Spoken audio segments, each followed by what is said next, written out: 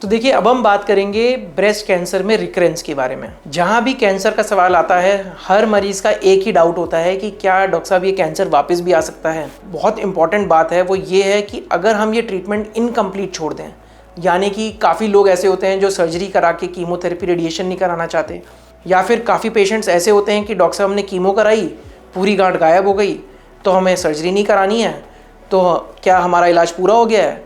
नहीं। अगर ये कैंसर पूरा ख़त्म भी हो जाए कीमोथेरेपी द्वारा, तब भी इसको जड़ से उखाड़ने के लिए सर्जरी की रिक्वायरमेंट आवश्यक है और बहुत इंपॉर्टेंट है। अगर हम ये ट्रीटमेंट पूरा कंप्लीट लेते हैं तो डेफिनेटली देखिए नेग्लिजिबल, मैं ये नहीं बोलूँगा कि 100% आप कैंसर फ्री हो जाते हो।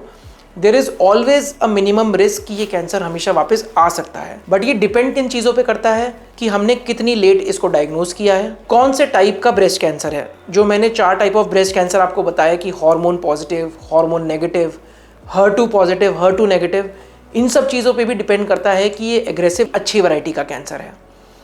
तो ये सबसे इंपॉर्टेंट पॉइंट्स हैं कि क्या हम ट्रीटमेंट कम्प्लीटली ले रहे हैं, क्या हमारी स्टेज ऑफ ब्रेस्ट कैंसर थी जब हमने ऑपरेट किया या ट्रीटमेंट किया, किस टाइप का कैंसर है। इन सभी चीज़ों पे डिपेंड करता है कि क्या कैंसर हमारा वापस आएगा या फिर नहीं आएगा।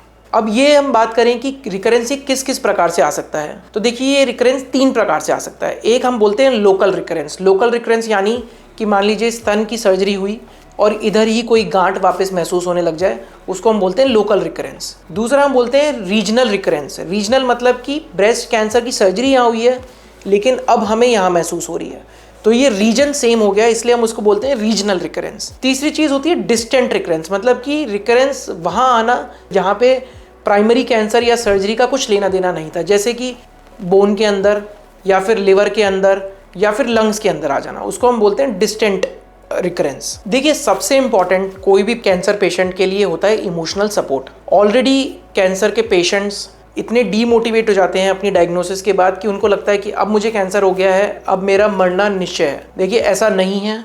आज के ज़माने में ट्रीटमेंट इतना एडवांस और इतना मॉडर्नाइज हो गया है कि इवन हम ब्रेस्ट कैंसर में अगर हम स्टेज 4 में भी डायग्नोज करते हैं, उसमें भी हम एक पेशेंट को normal good quality of life दे सकते हैं and we can give a life of more than even 5 to 6 years also. तो ये ज़माना ऐसा नहीं है कि इवन अगर ये स्टेज 4 हो गया है तो ऐसा नहीं है कि treatment is not possible, treatment is possible. ऐसे ही कैंसर रिलेटेड फैक्ट्स और मिथ्स के बारे में जानने के लिए और अलग अलग कैंसरों के बारे में जानने के लिए प्लीज़ लाइक और सब्सक्राइब करें हमारे चैनल को।